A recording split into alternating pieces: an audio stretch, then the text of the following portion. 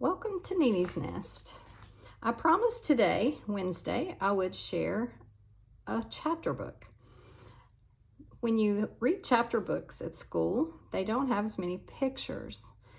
So I'm going to help you look at the cover of the book. It's called The Chronicles of Narnia by C.S. Lewis. And the first book, this one, book 1, is titled The Magician's Nephew. There's some really interesting pictures on the cover. There's some sort of a tree or flowering bush with petals, leaves, a really pretty silver apple with a reflection of someone in the apple. In the background, you see someone with a crown on their head, and down here, it looks like a sword, perhaps. That gets me curious. I can't wait to see what's going to happen in chapter 1, where I will begin. There are quite a few chapters.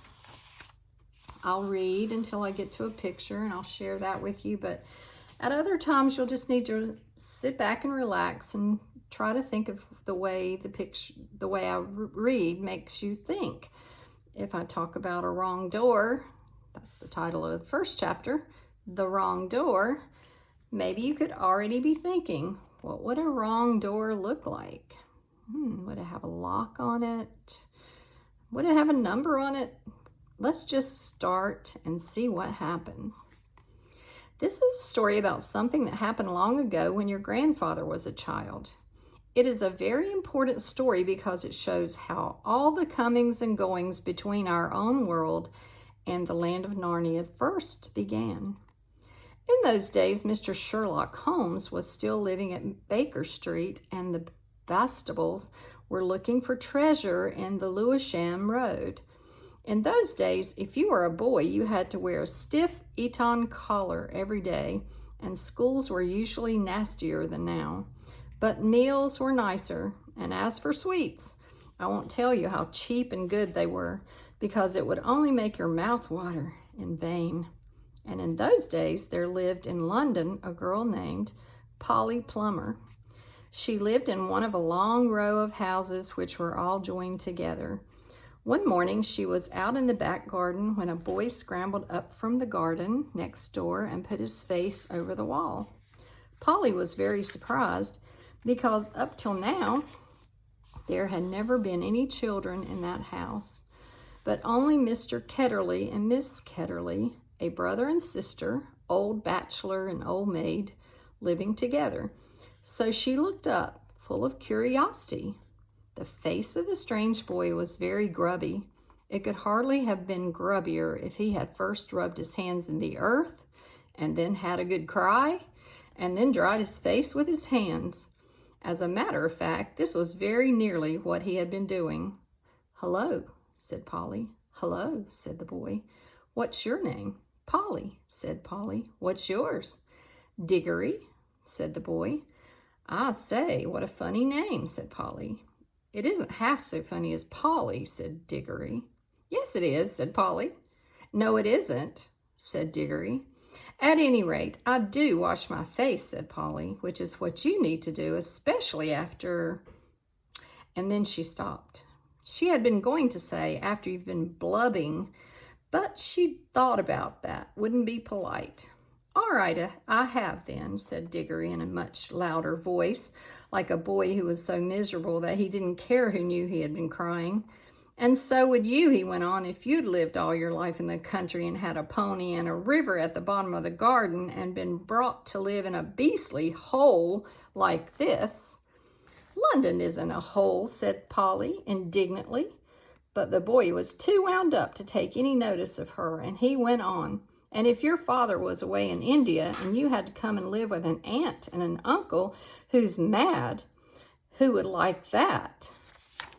And if the reason was that they were looking after your mother, and if your mother was ill and was going to die, then his face went to the wrong sort of shape, as it does if you're trying to keep back your tears."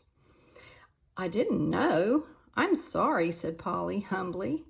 And then, because she hardly knew what to say, and also to turn Digory's mind to cheerful subjects, she asked, "Is Mr. Ketterly really mad?" Go back and look at the picture before we keep going. This is a picture of them having the conversation together for the first time. So you can get a vision of what things looked like where they were. So, "Is Mr. Ketterly mad?" she asked. "Well, either he's mad," said Digory, "or there's some other mystery. He has a study on the top floor, and Aunt Letty says I must never go up there." "Well, that looks fishy to begin with. And then there's another thing. Whenever he tries to say anything to me at mealtimes, he never even tries to talk to her. She always shuts him up. She says, 'Don't worry, boy, Andrew,' or 'I'm sure Digory doesn't want to hear about that,' or else, 'Now, Digory, wouldn't you like to go out and play in the garden?' What sort of things does he try to say?" "I don't know. He never gets far enough. But there's more than that. One night, it was last night, in fact, as I was going past the foot of the attic stairs on my way to bed, and I don't much care for going past them either, I'm sure I heard a yell. 'Perhaps he keeps a mad wife shut up there.' Yes, I've thought of that. Or perhaps he's a coiner. Or he might have been a pirate, like the man at the beginning of Treasure Island, and be always hiding from his old shipmates." "How exciting," said Polly. "I never knew your house was so interesting." "You may think it's interesting," said Digory, "but you wouldn't like it if you had to sleep there. How would you like to lie awake listening for Uncle Andrew's step to come creeping along the passage to your room? And he has such awful eyes." That was how Polly and Digory got to know one another. And as it was just beginning of the summer holidays, and neither of them was going to the sea that year, they met nearly every day. Their adventures began chiefly because it was one of the wettest and coldest summers there had been for years. That drove them to do indoor things, you might say indoor exploration.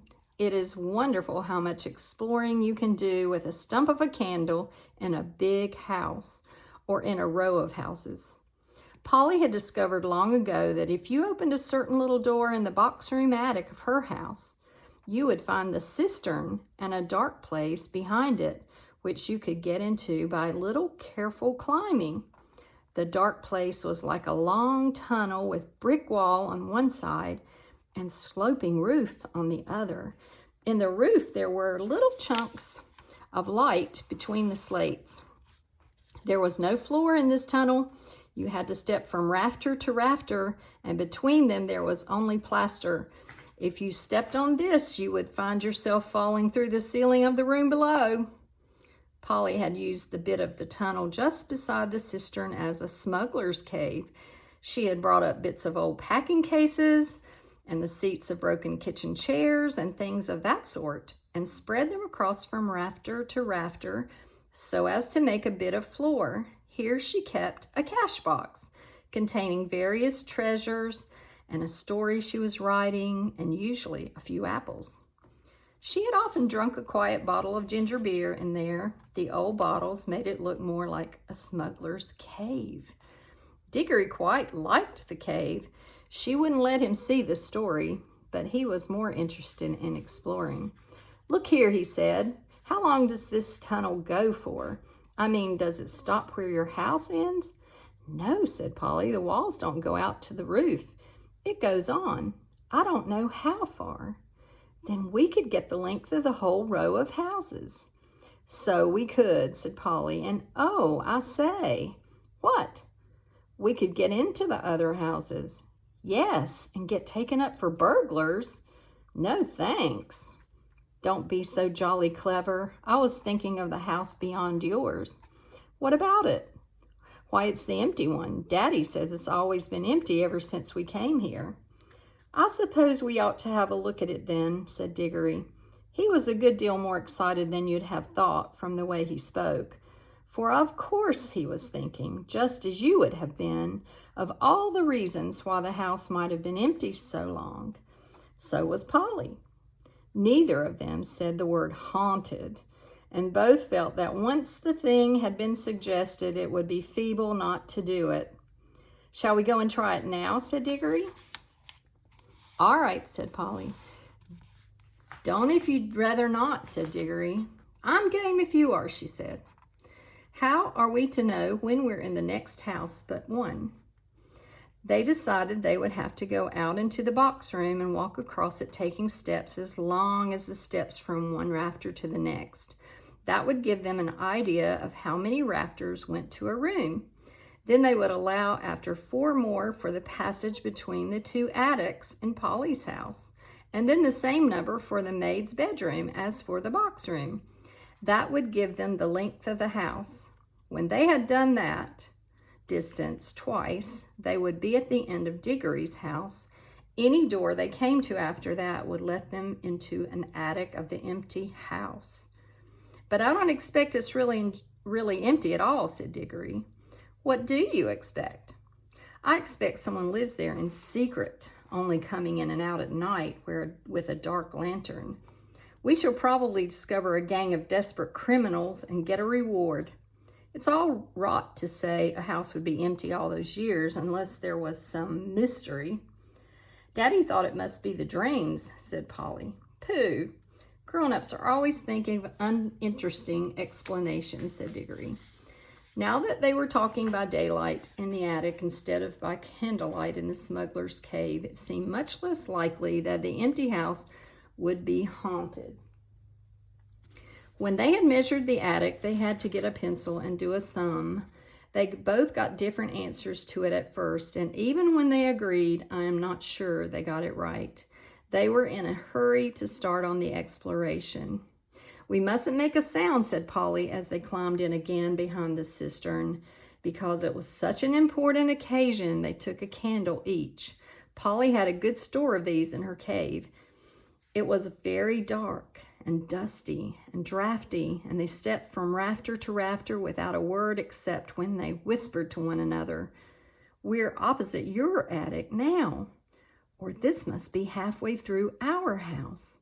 And neither of them stumbled, and the candles didn't go out, and at last they came where they could see a little door in the brick wall on their right. There was no bolt or handle on this side of it, of course, for the door had been made for getting in, not for getting out. But there was a catch, as there often is on the inside of a cupboard door, which they felt sure they would be able to turn. "Shall I?" said Digory.